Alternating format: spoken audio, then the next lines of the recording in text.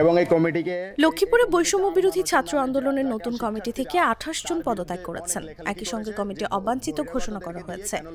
আগামী 24 ঘন্টার মধ্যেই কমিটি ভেঙে নতুন করে ঘোষণা দেওয়ার জন্য আলটিমেটাম দিয়েছে পদত্যাগকারীরা।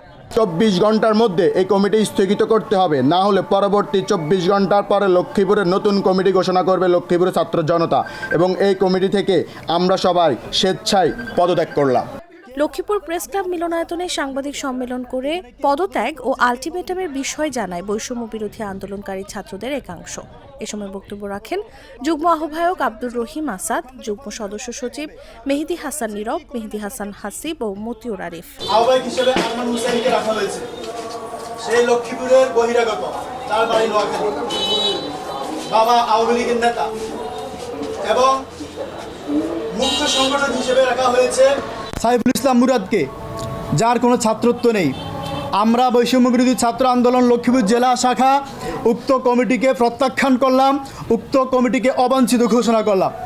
নতুন কমিটির আহ্বায়ক আরমান হোসেন বলেন, পদত্যাগকারীদের বিষয়ে আপাতত কোনো বক্তব্য নেই। পরবর্তীতে এ নিয়ে গণমাধ্যমকে বিবৃতি দেওয়া হবে।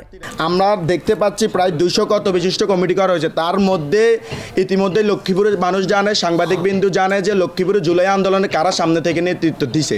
তাদেরকে বঞ্চিত করে তারা নতুন একটা দলের এজেন্ডা বাস্তবায়ন করার জন্য তাদেরকে দিয়ে কমিটি করা হয়েছে।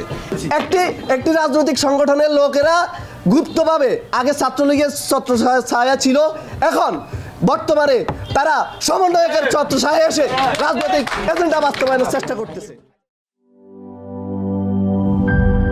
শিয়া বাটার ও ভিটামিন ই সমৃদ্ধ lily glam beauty soap. Lily, always beautiful.